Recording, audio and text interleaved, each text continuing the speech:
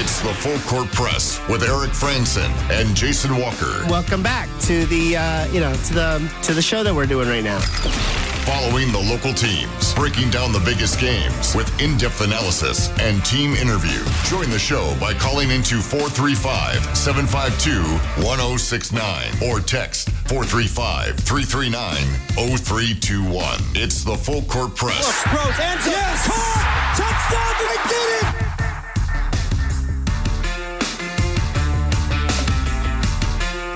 Hello, good afternoon. Happy Friday, everybody. Eric Frandsen, Jason Walker here on the Full Court Press. And we invite you to be a part of the show as well. The Young Power Sports of Logan text line is open, 435-339-0321. Technically, it never closes. And we often do get texts in the hours that we are not on the air with people. When you get inspired to ask a question or share a crazy stat or just to have an opinion you want to share. Maybe you're listening to the podcast at a different time and you want to react to something that we said, or it prompts a question that you feel like you need to ask. Fire away at will whenever it's convenient to you, and we'll try to get to it the best we can during the show. But the number is 435-339-0321. In fact, we got a text earlier in the day from 8968. And there was a cartoon online I read this morning. The first panel showed a father and a mother with their son talking to a recruiter saying, I want my son to get a good education. Next panel, now show me the money. I'm afraid that's what it's become. Yeah, when it comes to college sports, once upon a time, there was this, it truly was something about, go to college. And you look at the mid 20th century where a lot more people were going to college than before, and athletics was becoming a way for kids to go to college and make a career. And while getting to the professional ranks was certainly a thing that a lot of people could do, it's not like those leagues were these giant mega millions, type leagues where they're just generating millions, billions, and turning people into, the ultra wealth. Athletes could become ultra wealthy people and also hand out a lot of fame. There wasn't as much of that for the entire last century. But now, not only is pro sports a, factory of millionaires, college sports has become a way to generate billions of dollars. Yeah. And when you go from humble beginnings to, this ultra, kind of company, things just change. Yeah. You got kids and families who are barely scraping by, and then they go to a college, a university setting, and suddenly they're driving Ferraris. And that's just they're just thrown into this lifestyle. Yeah. And ultimately, I don't think it's a bad thing to make guys, to make people rich. You can question the morality of making somebody, what's more important, somebody who can shoot a basketball or actually do something useful in society. Which of those people should you make rich? But in the end, it's an entertainment industry, and you do an honest day's work, whether that's on the basketball court or in the doctor's office. Not going to get into a lecture on the morality of economics and all that, but in general, I am not opposed. Despite some concerns about who should actually be making money, the general idea of making people rich, I don't have a problem with. Might be jealous. I'd like to be rich too. Yeah, look, if you can earn it, if someone's going to give you that money, that opportunity for your skills and something that you've been able to develop, great. Yeah, but there should be some level of guardrails. Yeah, put in place. The thing, some assistance. Yeah, the thing to me that I look at, because again, there's nothing wrong with people wanting to make as much money as possible. But while that is true, at the same time, it is also true that it is bad for the sport. And this is where you need to try and and find a way to, it's hard to manage these two schools of thoughts, but there's one, the understanding of just, if people want to ask for more money and they are able to get it, that is something that in our society we generally consider fine. You are allowed to ask for more money, and if you're allowed to get it, and if you're able to get it, if you're able to negotiate your way into that, that is considered a good thing when you're working in a capitalistic society. But at the same time, you have to recognize when we're looking at something like an entertainment industry, and when you're looking at sports in particular, it is bad for the sport and bad for fan interest and bad for fan engagement to see those kind of behaviors. And it's a problem because when you're curtailing all these behaviors, you turn toward being exploitative. You look at early pro sports. I mean, you used to not have free agency in a lot of sports. You still see to some degree in some sports players getting controlled and being, having what would be rightful money held from them for a long period of time because there's controlling contracts and in rookie scale contracts and things like that. Then you look at the entire history of the NCAA, basically, or its roughly modern era when the NCAA was being a high earning business. That was incredibly exploitative, but it was good for the sport. It was very engaging. Fans loved it. It rivaled pro sports in a lot of sense in terms of fan engagement, maybe not in pure talent, but in terms of the story of the league, it rivaled actual professional sports. But again, it was exploitative. So people couldn't handle that morally. So we like the story, but we don't like the morality of it. Let's try and fix that. And in doing that, you've unraveled some of the things that helped keep, that magic together. And now you've got to find that right balance between what is healthy for the league and what you feel like you can get away with morally in terms of, curtailing people's earning potential. A lot of pro sports have had years to try and find that line. Some of them do it better than others. But generally, pro sports have found that line where the league is healthy, you can still maintain fans, but you're not exploiting the players. They still have their path to get as much money as possible, but you still help the teams out and create an interesting league. The NCAA, now with, they were on one end of that where the players had no power. Right. Now the players have all the power, just about. And that's two ends of this spectrum, neither of which are healthy, at least for each other, or really in general. Neither of those situations are healthy for the most part. So you got to find that middle ground. And maybe college sports will reach it, but to be honest, college sports is more broken than any of the pro sports leagues were. They were able to kind of gradually build, and they weren't ever critically broken. College sports was critically broken before. Nobody really acknowledged it. Now it's critically broken in a different way, and everyone's whining about it. I know this was we've not really kept to our no, we haven't. Topic sheet here, and I'm going to veer us off a little bit even more. I don't know if you saw this. Grambling State head coach Mickey Joseph talking about player movement, and when we see a coach leave, and that's been this big thing, right, for so long, don't talk to us about loyalty. Coaches can leave whenever. And that's true. Players were locked in and they couldn't move. But if the big difference here is when a coach leaves, someone who hires that coach away has to buy out his remaining contract. There's something that they have to give in exchange for taking that person away. And Grambling State coach Mickey Joseph kind of says we should maybe start instituting something similar for players. This is about a 30-second clip that I saw yesterday shared by Front Office Sports.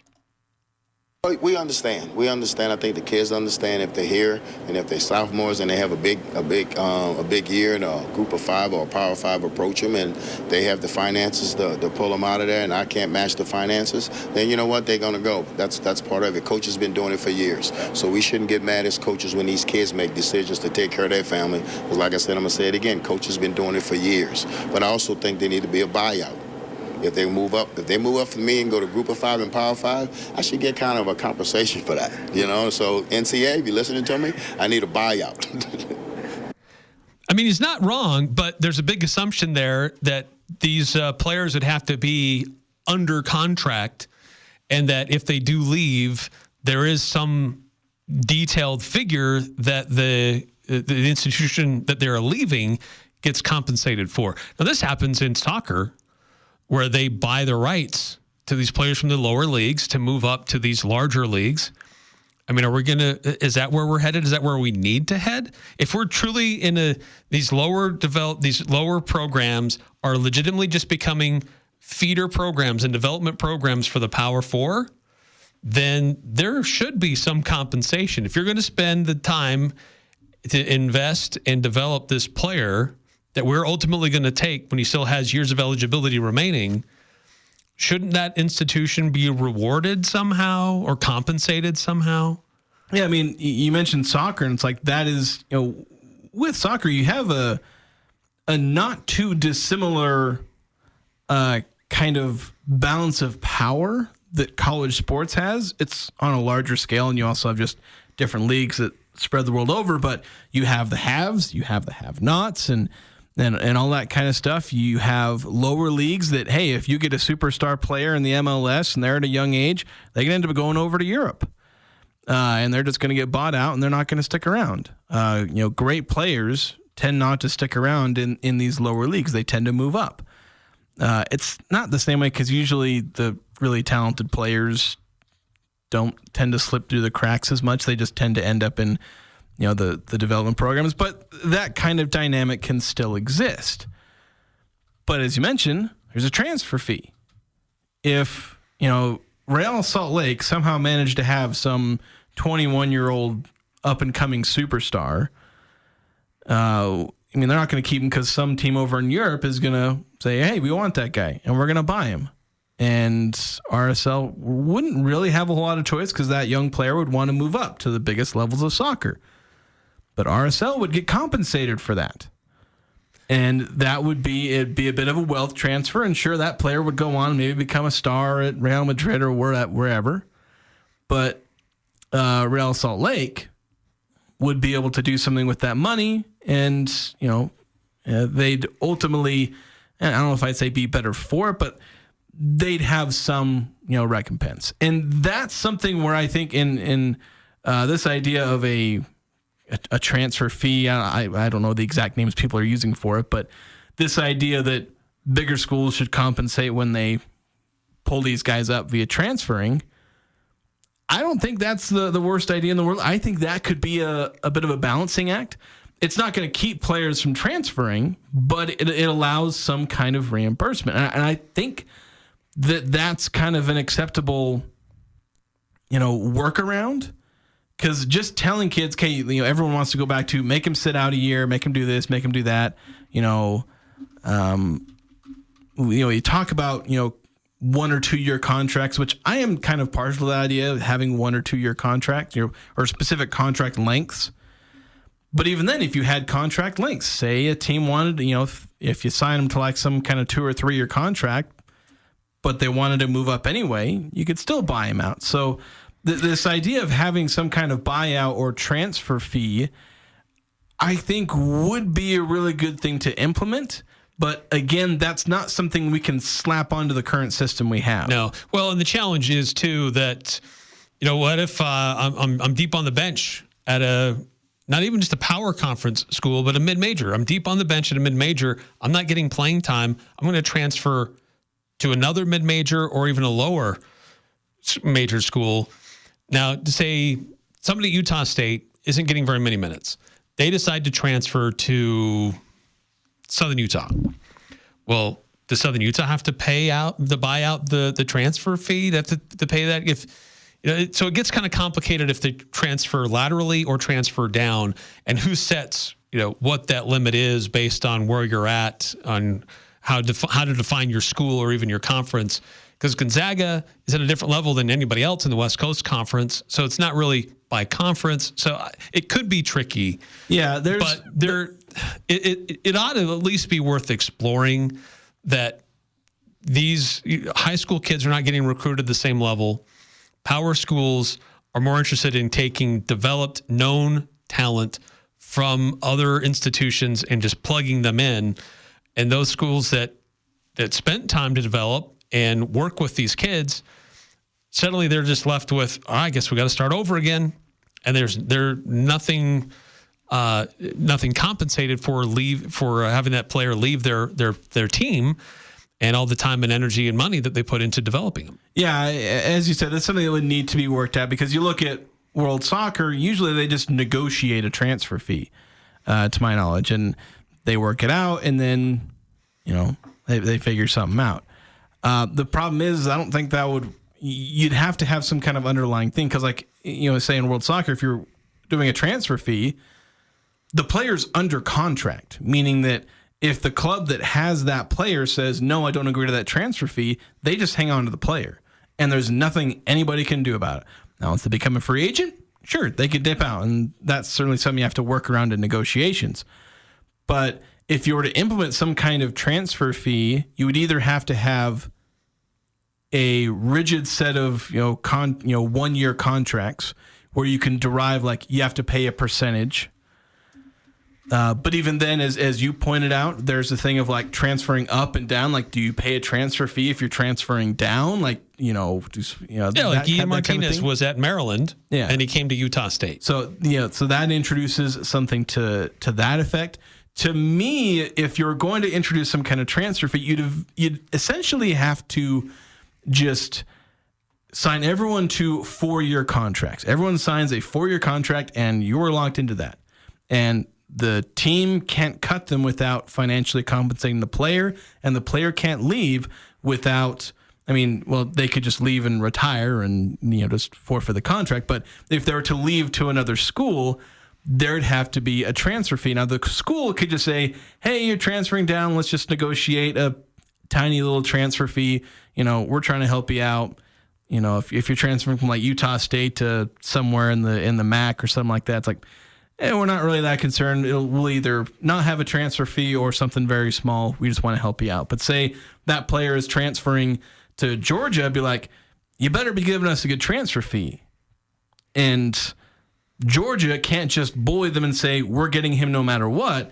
They would have to pay that transfer fee, or Utah State would say, he's still on our roster and he's still under contract. There's diddly jack you can do about it. That would have to be in place. You can't just say, oh, you pay a transfer fee. Because, again, as you point out, where is this number coming from? And the teams losing the player have no leverage under the current system to force a higher transfer fee. So they just be getting whatever the new school wants to pay. And that's always zero, because that's what the school's always going to want to pay. So you'd have to implement some kind of underlying contract system. And Eric, you already know what I'm about to say. Collective bargaining. Exactly. It all comes back to that. Yes. Every fix that has any sense of being realistic comes back to having to have some kind of collective bargaining between the players and the schools. And until you have something like that, everything's going to be a Band-Aid fix. Everything's going to be questionably legal. And maybe everyone just kind of settles on some system that may be questionably legal but works. But unless you actually get something on solid, firm ground, and again, that's collective bargaining is about the only way you can do that, we're always going to have these issues, and we're always going to be trying to put out fires, and everyone's going to be unsatisfied now that we've finally opened up this can of worms that is NIL / just player salaries. Yeah. 8968 with a follow-up. What a person is worth is what someone will pay. Me, I'm not willing to shell out that kind of money to watch pro sports. Yeah. Speaking of other games going on, just quickly, I know we need to hit a timeout here, but coming up tomorrow, I know we've got the Final Four, which will be later in the day. But we also have another Final Four that's just as exciting, right? Sure. College basketball crown. It's moved to T-Mobile Arena. Boise State versus Nebraska, 11:30 a.m. on Fox. And then UCF versus Villanova at 2 o'clock. Boise's favored by 2.5 in their matchup.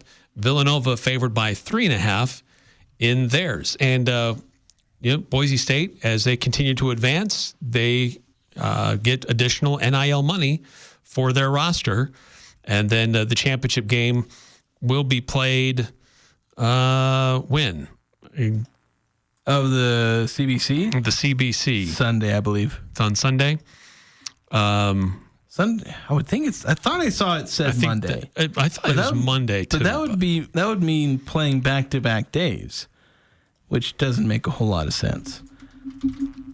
But by the way, did you see the ending of the Chattanooga UC Irvine game, the NIT championship? No, I didn't. I saw some highlights afterwards. Yeah, I saw like a highlight of the final play, which is heartbreaking because like UC Irvine like throwing a football pass, across the court. Had to inbounds like 2 seconds? Yeah, full court, and they tipped it ahead, and this guy has to put in a little bunny from like 5 feet. You think, oh, he's definitely going to hit this from where he's actually open, and it just bounces off the rim in the worst way, and it's just inbounds play was executed to perfection. Yeah, you couldn't have gotten a better look. Yeah, and it just didn't. The touch just wasn't right. That kid's going to be reliving that shot for forever after missing that. It's heartbreaking to watch that. By the way, College Basketball Crown Championship is Sunday at 3:30 Mountain. So, they do play in back-to-back days. Final Four, that takes place on Saturday as well. Those games are a little bit later in the afternoon. Florida versus Auburn at 4:09 on CBS. Houston versus Duke at 6:49. Very precise times. Yeah, very precise. So they probably will, if they're that precise. Well, the Florida Auburn game is probably going to start. Or granted, in going to tournaments, they'll hand out the schedule sheet. They literally plan for the games to start like 6 minutes after the supposed schedule, because like they'd have the Mountain West tournament games. It says 6:30, then they hand you the timing sheet, which, mind you, they keep to religiously. It says 6:07, the flags come out for the national anthem. At 6:07, the guys are walking out onto the court with the flags. Like, they keep that religiously, and those schedules will say, like, okay, might be scheduled 6 o'clock tip time, but it'll say tip off like 6:07. We've got take a break here on the Full Court Press. Shortened show today. Utah Jazz are in Indiana taking on the Pacers, so they will have pregame coverage coming up later on this hour. So we'll try to cram as much in as we can. There's some transfer news in the Mountain West. A very promising freshman is moving from one school to another within the Mountain West. We'll discuss who that is and other news about what's going on in college sports next here on the Full Court Press. Did you get your tax return yet? This is Jay with Daryl's Appliance. Maybe it's time to finally upgrade that appliance that's on its last leg. We have a showroom and warehouse full of scratch and dents and our best-selling appliances. Our scratch and dent appliances come with a 2-year parts and labor warranty. That is a Daryl's exclusive. Make sure you get service with your purchase only at Daryl's. We always service what we sell. Daryl's Appliance, west on Airport Road. Now here's a concept. You earmark 1/3 of your profits to go back into the community, to local charities. Dex Imaging does that. My name is Anthony Wagner, and I'd like to share with you what I know about Dex, the company that acquired Valley Office Systems. Dex Imaging is committed to continuing quality customer service while raising the bar to become a strong community partner. Join us in creating the brightest image for tomorrow. Contact us at deximaging.com. The chips and drinks are endless. The burrito is huge for only $7.95. It's got to be Cafe Sabor, Cache Valley's best Mexican restaurant and gold medal winner in the Best of Northern Utah contest. Experience Locals Day every Thursday with a huge burrito, endless chips and soda, only $7.95. Finding any lunch under $10 is nearly impossible. Every Thursday, drinks, chips, and a massive burrito. You pay just $7.95. The food, the fun at Cafe Sabor in the historic train station on 6th West and Center in Logan. Hi, this is Robbie with LSS Insurance. If you're about to turn 65, the Medicare phone calls, mailers, and emails can be unreal. Out-of-market telemarketers simply do not understand Utah, Idaho, or your individual situation. We have real answers and real solutions with local help. At LSS Insurance, we are your health insurance specialists. Call us 752-9493. Having local help makes all the difference, and there's no cost to you. Call 752-9493 or visit lssins.com. Rely now on a York Affinity Premium Comfort System to keep your home cool and comfortable. The new Affinity systems are smarter and more connected and more efficient than ever before. And you can cut your energy costs by as much as 50%. Call Advanced Heating and Air Conditioning, your local York dealer, to schedule a free system evaluation. Advanced Heating and Air Conditioning showroom is west of DI and online at advancedheating-ac.com. We're not comfortable until you are. Advanced Heating and Air. Winter is almost over, and the Sportsman on Main Street has tons of season-ending deals. All skis and ski boots are 40% off. If you need outerwear, it is up to 50% off. All fall and winter casual clothing is up to 70% off. At the Sportsman, we have truly unique clothing and outerwear, so you won't see yourself coming and going. It's our season-ending sale going on right now, only at the Sportsman on Main in downtown Logan. Welcome, friend, nice to see you again at the Sportsman. The Aggies, Jazz, high schools, even the Pee Wees T-ball team. It's the Full Court Press on Sports Talk Radio, The Fan. Still great deals in store at Young Power Sports of Logan. And they guarantee the best snow check price on all sleds in the Intermountain West. In fact, you make an offer on a used sled, all offers will be seriously considered. They've got a huge selection of great snowsuits, boots, jackets, all winter apparel. You can find them at great deals right now. Save huge in all things winter at Young Power Sports of Logan. In fact, I mean, they're still getting snow up in the mountains. I think they were expecting another couple of inches today. So, yeah, take advantage. Fresh stuff up in the hills and make sure you got the right gear to do it.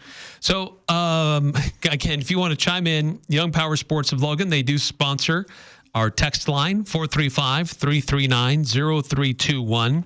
As we mentioned, we've got the Final Four this weekend, College Basketball Crown. So College Basketball Crown will be on Fox. Final Four will be on CBS.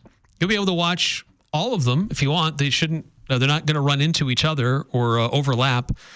But then there's still players moving in and out of the portal, and some kind of big news in the Mountain West with a bright freshman, pretty very talented freshman in the Mountain West, put his name in the portal, and he is going somewhere else in the Mountain West, not really traveling too far. Yeah, not too far at all. Elijah Price going from Fresno State to Nevada, led all freshmen in the Mountain West in scoring, averaged 10.5 points per game.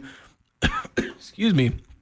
Averaged, I think, either just over or just under 8 rebounds per game. So raw production numbers, very good. Efficiency numbers, a question mark, but how much of that is him being a freshman? How much of that is him playing on a bad team? This is a guy who shot like 10% on three-pointers. So a lot of rough edges, but a lot of promise. And I think from some reports, I think the Aggies were even interested in Elijah Price. I mean, this is a 6'9" wing. Yeah. This is a guy who talented, good length. Yeah, has some potential. EvanMia.com had him rated as a 4-star transfer prospect, which good vote of confidence there. Yeah, 10.5 points, 8.3 rebounds, 1.0 assists. Started all 32 games for Fresno State. I put the wrong school when I did my transfer tracker online thing. I put UNLV instead. There's a lot of transfers from UNLV, but Elijah Price is not one of them. So Nevada getting on the board now as, let's see, 1, 2, 3, 4, 5 of the Mountain West schools have landed at least one transfer player. Several obviously have not. Utah State, San Jose State, UNLV, New Mexico, Fresno State have all not added anybody from the portal as of yet. But Wyoming, San Diego State, Nevada, Colorado State, and Boise State have all landed at least one. Some of them two. San Diego State, Wyoming, and Colorado State have each added 2 players from the portal.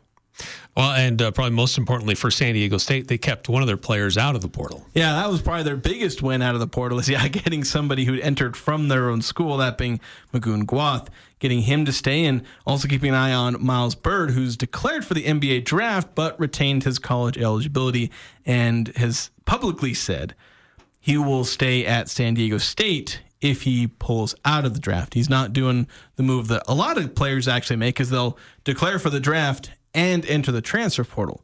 Bird is only doing one of those things. Text from 9315 on our Young Power Sports of Logan text line. Do you expect Monday to have Pac-12 news or of some sort? It's possible. There's been mixed reporting in news we've seen. Of course, we talked to Coach Calhoun. He was expecting something any day now as far as a media rights deal. There was the whole thing with San Diego State's president saying that something would be done by late March. That obviously hasn't happened. We're 4 days into April and we haven't heard anything.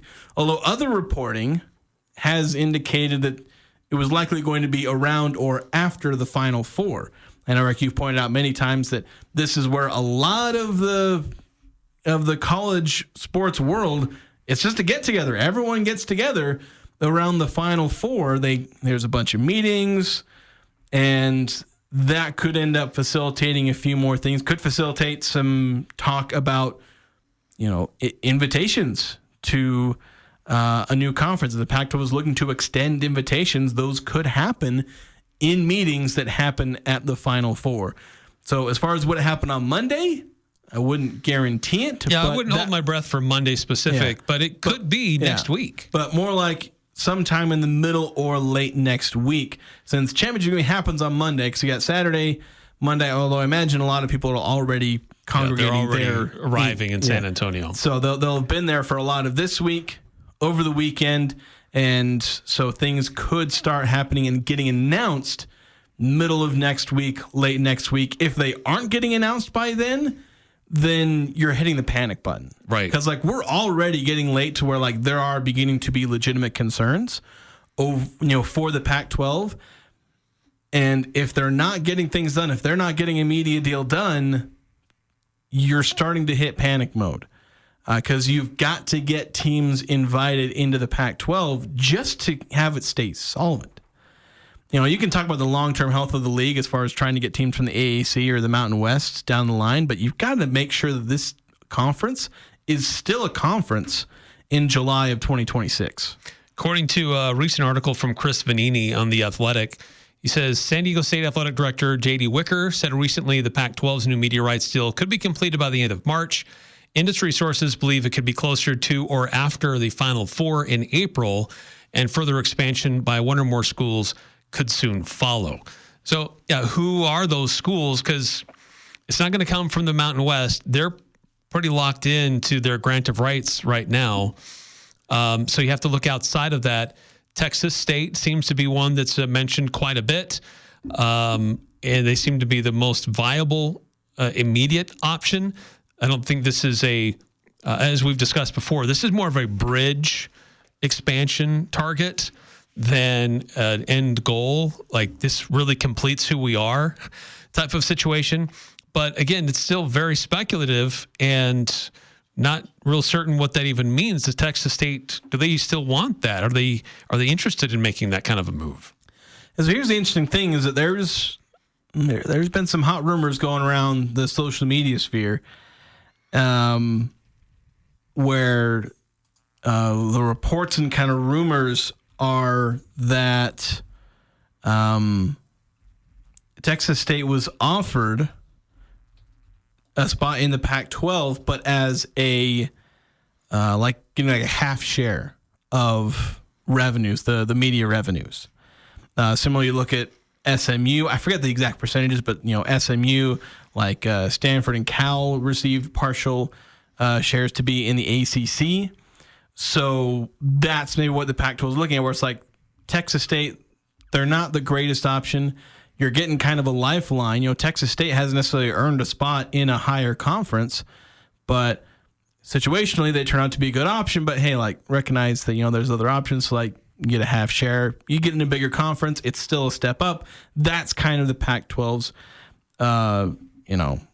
their pitch. Although, interestingly enough, the president of Texas State University, Kelly Damphouse, or I don't actually know how to pronounce his last name, posted on social media something interesting. It was yesterday afternoon. Said, on my way back to DCA, I stopped by a great lunch near the White House. People sometimes think I'd be happy with half a bowl of soup. After all, a cup of soup is better than no soup at all. But for me, it's a full bowl or nothing. Back to God's country. Very interesting cryptic language to be used right around the time that there were reports that Texas State was offered a half share of money to join the Pac-12. So, and the report was that Texas State rejected that. So, I don't know. The doctor pouring water on those reports, or maybe throwing gasoline on the fire. Is Texas State obviously trying to use as much negotiating power as they have, because they recognize the Pac-12 is desperate. They need another member. Texas State at this point seems to be the best candidate, because otherwise you're looking at New Mexico State, shudder. Yeah. Shudder, that's, yeah. I mean, it's clear Memphis would be the ideal target. Yeah. But they're at a very expensive target. And because it would have to be a very hefty price to pull them out of their current situation, money that the Pac-12 doesn't necessarily have, or at least doesn't want to necessarily give up right now. Yeah, they don't want to spend that. So, and Memphis is you've got to make it worth our while. Yes. They're in the, show us the money, you have to make it very much financially worthwhile. And the Pac-12 is very much been hesitant to do that, because they don't want to pay all of Memphis's buyout, because that seems to be pretty much what Memphis wants, pay all of our buyout. And, obviously the Pac-12's not, they're not offering Memphis a half share. It's they'd offer them as that full share of revenue. But it's the amount of money they'd be offering as far as buying them out of the AAC. And that's what Memphis, I think it was their Memphis president or AD, was making comments about, essentially alluding to the fact that what the Pac-12 would offer them, it was it wasn't worth it. It wasn't worth it financially, and the Pac-12 wasn't willing to offer that money. Yeah. So didn't appear to be a real serious offer. Yeah, so the Pac-12 either needs to pony up the money to get the targets they want, and maybe that's where some of these lawsuits with the Mountain West are, to maybe free up some of that money, or you're probably going to have to offer a school like Texas State. You may not like it. They may not be the greatest option, but keep the conference alive. And yes, if you have a Texas State, and if they turn out to be a doormat in football and basketball, all right, that kind of sucks, but still in a solid position for the Pac-12, and you can work on things long-term for the goal of becoming the best in the West. Right. Is it going to come down to, are we a conference or are we not? They may just have to swallow it to take Texas State. Yeah, because the Pac-12, I think, wanted to immediately become the preeminent conference and just basically have no peers. They kind of fumbled that with how they handled the bringing teams from the Mountain, trying to break up the Mountain West. But what they haven't fumbled is the easiest path to still being that. Because the Mountain West, they don't have a path to being the best conference in the West. They just don't. The Pac-12 has that. Are they, and heck, even if they were to add a Texas State or even a New Mexico, they are still better. They aren't kind of the idealized version of what they want to be, with just all of the best teams in the West that, aren't in a power conference, but they'd still have most of that. And a long-term path toward getting the best of the rest, adding the best of the G5, a Memphis, a UNLV, some more Texas schools. So South Florida. Yeah, even. South Florida. I don't know if they want to go that far east, but the Pac-12, for all of the faults they have, that's something is that people want to point out, the Pac-12 being in some of these desperate straits, for all the things that are true about them not, for them being greedy and not just doing the reverse merger in the Mountain West, and for not, properly executing a breakup of the Mountain West. it's still true that they have the best hand. All right, a lot more to discuss in a short amount of time. We've got Utah Jazz basketball coming up a little bit later on this hour, but there's still time for you to weigh in if you want. 435-339-0321. Do you have a fireplace or stove that isn't working right? Why wait until next winter to get it fixed? Get ahead of the game and get your fireplace or stove serviced now by Advanced Fireplace and Stove. They service everything from Quadra-Fire pellet stoves to heat and glow fireplaces. Get a 20% discount on your next service and labor when you mention this ad. Call 752-7272 or go to advancedfireplaceandstove.com. Advanced Fireplace and Stove, where comfort is their business. Alpine Home Medical has been around for over 25 years. Can you believe that? Hi, I'm Jay Broadbent. What keeps us coming to work every day? We're passionate about caring for you. From home and bathroom safety to transportation, mobility, recovery, oxygen, sleep, and more, come into any of our 10 locations today and let us take care of you. Alpine Home Medical, we bring wellness home. Visit us at alpinehomemedical.com. This is Kyle at Advanced Door, and we guarantee every garage door we install for a lifetime, parts and labor. That's every door, every spring, every roller, every track, every motor. The entire garage door system guaranteed for a lifetime, parts and labor. We're Advanced Door, and we guarantee you'll be hearing this for a long time. Find out more at advanced-door.com. That's advanced-door.com. Les Olson IT is your source for top quality technology. We carry the latest desktop and laptop PCs in stock, configured to your specific needs, and backed by our award-winning support team. And if your business demands high-performance hardware, we offer custom-built computers that can tackle any task. We also offer great computer accessories like monitors, keyboards, speakers, Fujitsu document scanners, and more. Get a quote today. Les Olson IT. The Napa Case Lot Oil Sale is happening now. They carry all the best brands, including Chevron, Schaefer, Amsoil, Rotella, Valvoline, Mobil, Royal Purple, and most of them are on sale at any of your locally owned Napa Auto Parts stores in Cache Valley. Chevron Dello 15W40, $13.99 a gallon. Valvoline Premium Blue 5W40, $24.99 a gallon. Royal Purple 15W40, only $29.99 a gallon. These are just a few of the examples at the Motor Oil Case Lot Sale going on right now at Napa. What is love? Love is what we live for. Love is timeless, never-ending. Love is when you say your name with hers and it has that special ring to it. At Jarek's Fine Jewelry, we know what love is. Our fine collection of engagement rings feature a variety of diamonds and colorful styles. And if you can't find your perfect ring, Jarek's Fine Jewelry will help custom design one that is the perfect fit. When it's love, it's Jarek's Fine Jewelry. Jarek's Fine Jewelry. Make it special. Make it Jarek's. Markets are unpredictable, but reaching your financial goals shouldn't be. Adams Wealth Advisors is dedicated to helping you navigate these challenges and ensure you're prepared for every outcome. Whether your financial plan revolves around advanced tax planning, estate planning, business strategies, retirement planning, or investment management, Adams Wealth Advisors team of CPAs, CFPs, and CFAs will provide the expertise needed to help you reach your financial goals. Visit AdamsWealthAdvisors.com. That's AdamsWealthAdvisors.com for more information or to schedule an appointment. This is Catherine Buse with Cache Valley Bank, and we understand that concerns about fraud can weigh heavily on you. Your peace of mind is important to us. That's why we're committed to looking out for you and your family. Our team keeps a vigilant eye on your account. If you ever have concerns or need support, we're just a call or visit away. Whether you need advice or just someone to talk to, our friendly staff is ready to help. We're more than just a bank. We're your neighbors, and we care about your security. Visit your local branch today. Cache Valley Bank, member FDIC. Locker 42 is a store for Utah State fans. Many of the items you'll find there are custom, one-of-a-kind, produced by Locker 42. Such production allows for the best possible prices and custom orders that are unheard of at this level, and is one of the highest contributing licensees for royalty sales. Your purchase at Locker 42 is supporting scholarships and student athletes. Hoodies, t-shirts, hats, jackets, everything Aggie is at Locker 42. Locker 42, a store for Aggie fans by Aggie fans.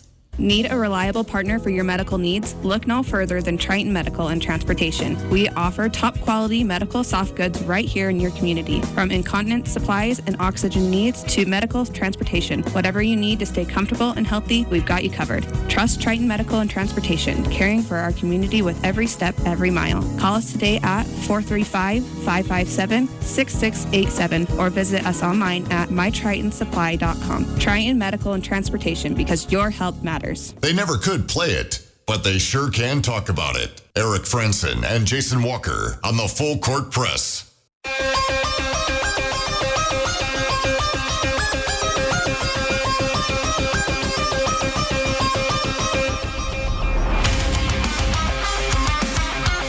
All the best brands are available at Napa. They got their K-Slot oil sale going on now. Great deals, great prices on great products. You can find it at your locally owned Cache Valley Napa Auto Parts. Reminder, you may have listened to our interview with Coach Jared Calhoun that we did. It's available on our podcast feed. But if you want to go back and revisit it, Jason has reduced it to words on paper. You can read it on CacheValleyDaily.com. Some additional insight. Coach Calhoun talking about roster building, NIL funding, transfer portals, all that kind of stuff. So it's available right now on Cache Valley Daily. But speaking of basketball, actually, quickly, a text that came through during the break from 2444. I think you guys should have included a pick 6 line of transfer portal additions by Utah State basketball before the show on Monday afternoon, with the line being 0.5. Hope to see some action soon. I'll take the over. Yeah.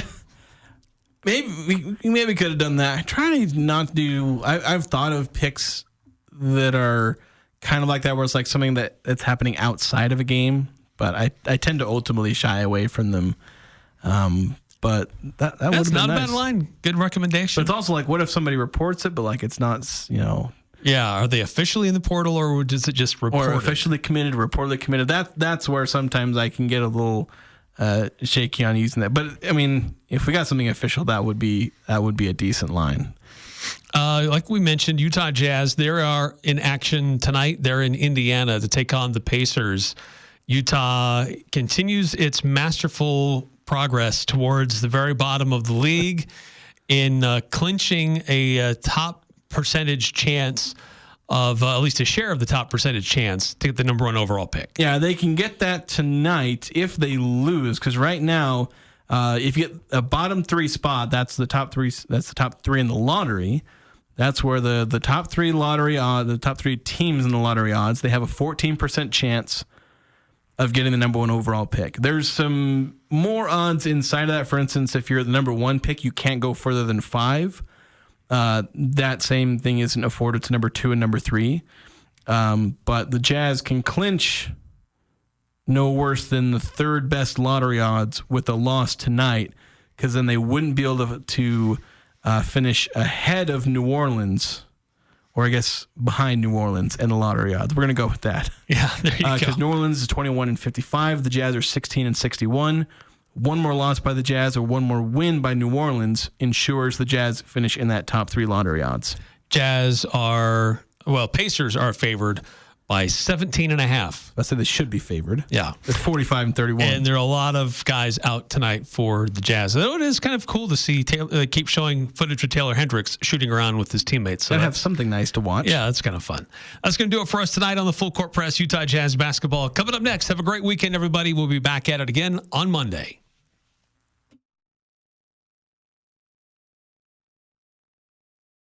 When grid failures and severe weather cause power outages, your business might take a hit, or at home, you could lose your refrigerated food storage. Generac Standby Power Solutions help ensure an uninterrupted power supply. Generac is the #1 brand of standby generators. Get yours today from Golden Spike Electric.